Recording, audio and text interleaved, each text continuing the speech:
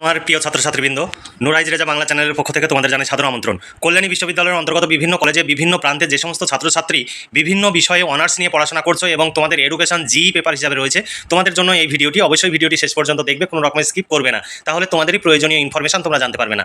তোমরা যদি বাংলা, ইতিহাস, রাষ্ট্রবিজ্ঞান, দর্শন বিভিন্ন বিষয়ে তোমরা অনার্স নিয়ে পড়ছো, তোমাদের এডুকেশন জি পেপার রয়েছে, তোমরা অবশ্যই ভিডিওটি দেখবে। দেখো, 4th সেমিস্টার এডুকেশন অনার্স জি, অর্থাৎ অনার্স ছাত্রছাত্রীদের জন্য এই সাজেশনটি, জেনারেল কোর্সের জন্য এই সাজেশনটি নয়। এটি শুধুমাত্র অনার্সের, যাদের অনার্স ছাত্রছাত্রীদের জি পেপার রয়েছে তোমাদের জন্য। তোমাদের সিলেবাসে রয়েছে historical and sociological foundation of education, 5 ও 10 মার্কের প্রশ্নের সাজেশন 2024। দেখো, এই সাজেশন অনুযায়ী যদি প্রশ্ন উত্তর পিডিএফ কপি সংগ্রহ করতে চাও তাহলে 200 টাকা পেমেন্ট করতে হবে। 200 টাকা পেমেন্ট করে দিলে শর্ট প্রশ্ন, বড় প্রশ্ন উত্তর সহ কমপ্লিট পেয়ে যাবে। আর যদি তোমার বাংলা, ইতিহাস, রাষ্ট্রবিজ্ঞান এই সমস্ত বিষয়ে অনার্স থাকে, তাহলে অনার্সের নোটসও তোমরা পেয়ে যাবে। অনার্সের নোটস রেডি হয়ে গেছে, নিচে দেওয়া হোয়াটসঅ্যাপ নাম্বারে যোগাযোগ করে ফোনে কথা বলে নিয়ে তোমরা নোটস সংগ্রহ করে নিবে। তোমার অনার্সের প্রতি পেপারের জন্য 250 টাকা করে পেমেন্ট করতে হবে। শর্ট প্রশ্ন এবং বড় প্রশ্ন উত্তর সহ পেয়ে যাবে। এর বাইরে কোনো প্রশ্ন উত্তর পড়ার প্রয়োজন হবে না, সমস্ত প্রশ্নই তোমরা পরীক্ষায় কমন পাবে। আর আমাদের কাছ থেকে নোটস সংগ্রহ করলে তোমার অর্থ এবং সময় সাশ্রয় হবে, কারণ এই সমস্ত নোটসপত্র সংগ্রহের জন্য তোমরা বিভিন্ন জায়গায় ছোটাছুটি করো, দূর দূরান্তে, এবং প্রচুর অর্থ ব্যয় করো। সেই সঙ্গে তোমাদের সময়েরও প্রচুর ব্যয় হয়। সেই সময়টুকু তুমি বাড়ির ব্যক্তিগত কাজে বা পারিবারিক কাজে ব্যবহার করতে পারবে যদি আমাদের কাছ থেকে সমস্ত পেপারের নোটস সংগ্রহ করো। ভীষণভাবে উপকৃত হবে, আমি তোমাদের বলছি, ভীষণভাবে উপকৃত হবে। কারণ অভিজ্ঞ শিক্ষক মণ্ডলী দ্বারা এই সমস্ত নোটসপত্র তৈরি হয়, তাই তোমাদের কোনো রকমের দ্বিধা দ্বন্দ্ব থাকার কথা নয়। তোমরা যদি সংগ্রহ করো তাহলেই বুঝতে পারবে, যারা বিগত সেমিস্টারে সংগ্রহ করেছো তোমরা সমস্ত প্রশ্নই কমন পেয়েছো, আর যারা সংগ্রহ করোনি তোমরা সংগ্রহ করো, তাহলেই তোমরা বুঝতে পারবে আমাদের এই নোটস কতটা উন্নত মানের। এবার চলো দেখে নিই আজকের সাজেশন। তোমাদের প্রথমে রয়েছে হিস্টোরিক্যাল ফাউন্ডেশন অফ এডুকেশন, অর্থাৎ শিক্ষার ইতিহাস। 1 নম্বর প্রশ্ন দেখো, 1813 সালের চার্টার অ্যাক্টের তাৎপর্য ব্যাখ্যা করো। 2 নম্বর প্রশ্ন, নবজাগরণের অন্যতম প্রাণ পুরুষ কে ছিলেন? নবজাগরণের মূল উদ্দেশ্য লেখো। শিক্ষাক্ষেত্রে নবজাগরণের প্রভাব বা গুরুত্ব বা তাৎপর্য আলোচনা করো। 3 নম্বর প্রশ্ন, বাংলার নবজাগরণে বা শিক্ষাক্ষেত্রে রাজা রামমোহন রায়ের অবদান আলোচনা করো। 4 নম্বর প্রশ্ন, মুদালিয়ার কমিশনের মাধ্যমিক, কারিগরি শিক্ষা ও ভাষা শিক্ষার সুপারিশগুলি আলোচনা করো। 5 নম্বর প্রশ্ন, কোঠারি কমিশন 1964 থেকে 66 উল্লেখিত শিক্ষার লক্ষ্য, শিক্ষায় সমসুযোগের সুপারিশগুলি আলোচনা করো। এর প্রধান সমস্যা ও সমাধানের উপায়গুলি লেখো। 6 নম্বর প্রশ্ন, কোঠারি কমিশনের 1964 থেকে 66 উল্লেখিত পাঠ্যক্রম ও শিক্ষক শিক্ষণ সংক্রান্ত সুপারিশগুলি আলোচনা করো। 7 নম্বর প্রশ্ন, কোঠারি কমিশন 1964 থেকে 66 উল্লেখিত পরীক্ষা পদ্ধতি ও ভাষানীতি সম্পর্কে সুপারিশগুলি আলোচনা করো। 8 নম্বর প্রশ্ন, শিক্ষায় লর্ড কার্জনের অবদান আলোচনা করো। 9 নম্বর প্রশ্ন, বিদ্যালয় স্তরে শিক্ষার কাঠামো ও পাঠ্যক্রম সম্পর্কে ভারতীয় শিক্ষা কমিশন 1964 থেকে 66 সুপারিশগুলি আলোচনা করো। 10 নম্বর প্রশ্ন, শিক্ষা কমিশনের 1882 থেকে 83 যে কোনো 5টি সুপারিশ এবং শিক্ষার উপরে তার প্রভাব আলোচনা করো। 11 নম্বর প্রশ্ন, শিক্ষায় উডের ডেসপাচের গুরুত্ব আলোচনা করো। তারপর 12 নম্বর প্রশ্ন, নৈশিক্ষা বা বুনিয়াদী শিক্ষার 5টি সুবিধা ও 5টি অসুবিধা লেখো। 13 নম্বর প্রশ্ন, নৈশিক্ষা বা বুনিয়াদী শিক্ষা বলতে কী বোঝো? বুনিয়াদী শিক্ষার 5টি নীতি বা বৈশিষ্ট্য লেখো। 14 নম্বর প্রশ্ন, সার্জেন্ট পরিকল্পনার প্রাথমিক শিক্ষা, বয়স্ক শিক্ষা ও প্রতিবন্ধী শিক্ষার সুপারিশগুলি উল্লেখ করো। 15 নম্বর প্রশ্ন, সার্জেন্ট প্ল্যান রিপোর্টের মাধ্যমিক, উচ্চ মাধ্যমিক বা বিশ্ববিদ্যালয় শিক্ষা সংক্রান্ত সুপারিশগুলি লেখো। 16 নম্বর প্রশ্ন, সার্জেন্ট প্ল্যান রিপোর্ট 1944-এর বৃত্তিমূলক ও কারিগরি শিক্ষা সংক্রান্ত সুপারিশগুলি বর্ণনা করো। এখানে একটি করে প্রশ্ন দেখতে পাচ্ছ, কিন্তু তোমাদের যে পিডিএফ কপি, সেই পিডিএফ কপিতে একাধিক প্রশ্ন রয়েছে এবং কোন প্রশ্নটি কত সালে কিভাবে এসেছে সেইগুলো কিন্তু প্রতিটি প্রশ্নের পাশে পাশে উল্লেখ করে দেওয়া রয়েছে। তাই তোমরা যদি আমাদের কাছ থেকে নোট সংগ্রহ করো তাহলে ভীষণভাবে উপকৃত হবে। তাছাড়া তোমার যদি বাংলা বিষয়ে অনার্স থাকে, ইতিহাস অনার্স, রাষ্ট্রবিজ্ঞান অনার্স যদি তোমার হয়, তাহলে তোমরা অনার্সের পেপারের নোটস পেয়ে যাবে। অনার্সের পেপারের জন্য 250 টাকা পেমেন্ট করতে হবে। প্রতি পেপারের জন্য শর্ট প্রশ্ন এবং বড় প্রশ্ন উত্তর সহ পাবে। আর তোমার জি পেপারের জন্য 200 টাকা, আর এসিসি পেপার রয়েছে, এসিসি পেপারের জন্য 200 টাকা। আর যদি তুমি অনার্সে 3টি পেপার, জি এবং এসিসি পেপার, মোট 5টি পেপার তোমার পরীক্ষা দিতে হবে 4th সেমিস্টারে। 5টি পেপারের জন্য মোট 1100 টাকা পেমেন্ট করলেই তোমার 4th সেমিস্টারে কমপ্লিট নোটস পেয়ে যাবে। এর বাইরে কোনো প্রশ্ন উত্তর পড়তে হবে না। 1100 টাকায় তোমার 4th সেমিস্টারের কমপ্লিট সিলেবাস হয়ে যাবে এবং এই প্রশ্ন উত্তরগুলো পড়লেই পরীক্ষায় সব কমন পাবে এবং এনজয় করবে পরীক্ষা দেওয়ার সময়, কারণ সমস্ত প্রশ্নই তোমরা হুবহু কমন পাবে।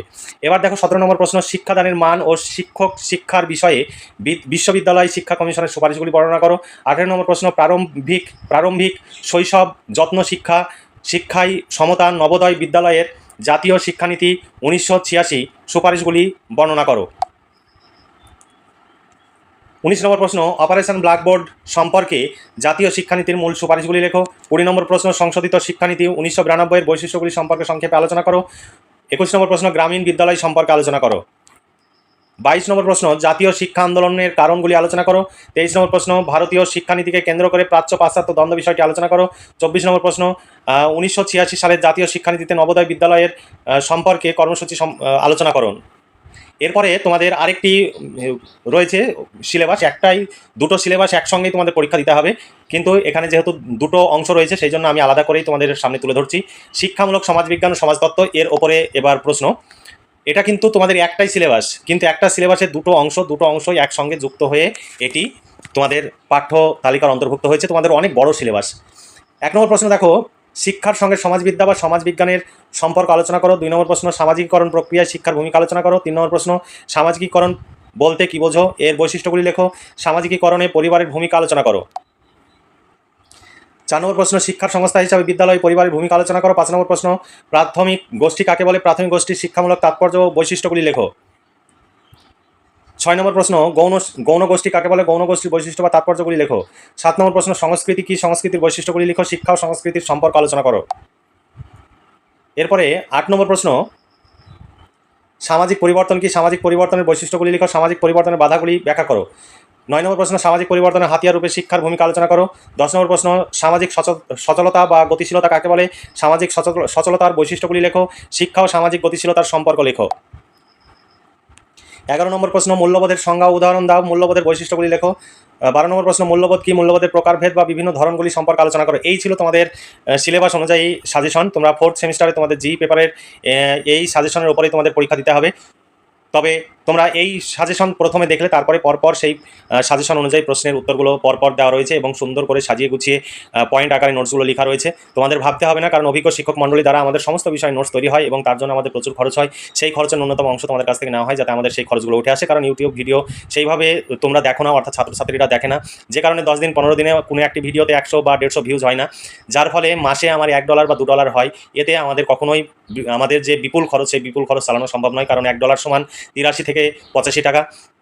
$2 যদি মাসে জমে তাহলে ক টাকা হয় তোমরা ভালো জানো। আর আমাদের প্রচুর টাকা খরচ, কারণ সমস্ত বিষয়ের অভিজ্ঞ শিক্ষক মণ্ডলী রয়েছে, তারা কখনোই মাসের পর মাস বছরের পর বছর বিনা পয়সায় কাজ করবে না। তাদের পারিশ্রমিক রয়েছে, সেই পারিশ্রমিক দিতে গিয়ে আমাদের প্রচুর খরচ হয়। সেই খরচ তোলার জন্য তোমাদের কাছ থেকে এই মিনিমাম একটা অ্যামাউন্ট ধার্য করা হয়েছে। তাই আমাদের কাছে কোনো রকমের দামাদামি করবে না, তোমরা আমাদের সঙ্গে সহযোগিতা করো, আমাদের পাশে থাকো, তাহলে আমরা এইভাবে কাজ চালিয়ে যেতে পারবো এবং তুমি যেমন উপকৃত হচ্ছ ওইভাবেই তোমার ছোটো ভাই বোনরাও উপকৃত হবে। তাই সবসময় আমাদের সঙ্গে থাকো এবং আমাদের সঙ্গে যোগাযোগ রাখবে, সমস্ত রকমের সহযোগিতা করবে এবং আমাদের কাছ থেকেই নোটসগুলো সংগ্রহ করবে, তবে আমাদের এই চ্যানেল উপকৃত হবে। তোমরা কখনোই বাইরে থেকে নোটস সংগ্রহ করবে না, কারণ বাইরে থেকে তোমার দেখা গেল যে তোমার হোয়াটসঅ্যাপ গ্রুপে, কোনো একটি হোয়াটসঅ্যাপ গ্রুপে তোমার নাম্বারটি অ্যাড হয়ে গেল, আমি তোমাদের বলবো সেই হোয়াটসঅ্যাপ গ্রুপ থেকে সঙ্গে সঙ্গে রিমুভ করে বেরিয়ে যাবে এবং সেই নাম্বারকে ব্লক করবে, নইলে তোমরা সেখানে ফ্রডের তোমরা সেই নাম্বার থেকে কিন্তু ফ্রড হয়ে যেতে পারে তোমাদের টাকা, কারণ সেখানে নানা রকমের প্রলোভন দেখানো হবে। প্রথমে হয়তো ফ্রি তোমাদের PDF দেওয়া হবে, তারপরে কিন্তু তোমাদের সেখান থেকেই কিন্তু ফ্রড করা হবে, কারণ এরকম অভিযোগ প্রচুর আসছে এবং সেই অভিযোগের জন্য তোমাদের আমরা সতর্ক করছি। তোমরা সব সময় যেখানে সিকিওর, সেই সিকিওর জায়গাতেই নোট সংগ্রহ করবে বা টাকা পেমেন্ট করবে। আমাদের আলাদা কোনো নাম্বার নেই, এই একটি নাম্বার, এই নাম্বারেই তোমাদের পেমেন্ট করতে হবে। এটাই WhatsApp number, PhonePe, Google pay number. আমরা কখনোই তোমাদের ফোন করবো না বা তোমাদের নাম্বারটি কোনো গ্রুপে অ্যাড করবো না। তোমরা ফোন করলে বা কখনো যদি একাধিকবার ফোন করো তবে আমরা তোমাদের ফোন ব্যাক করবো, তাছাড়া আমরা কখনোই তোমাদের ফোন করবো না। তাই তোমরা সব সময় সচেতন থাকবে এবং যারা ফ্রড তাদের কাছ থেকে নিজেদেরকে সুরক্ষিত রাখবে। তাহলে আজকে এই পর্যন্তই। তোমরা ভালো থেকো, সুস্থ থেকো এবং খুব ভালোভাবে পড়াশোনা করে পরীক্ষার জন্য প্রস্তুতি নাও। এই শুভকামনা জানিয়ে আজকের ভিডিওটি এখানে সমাপ্তি ঘোষণা করছি।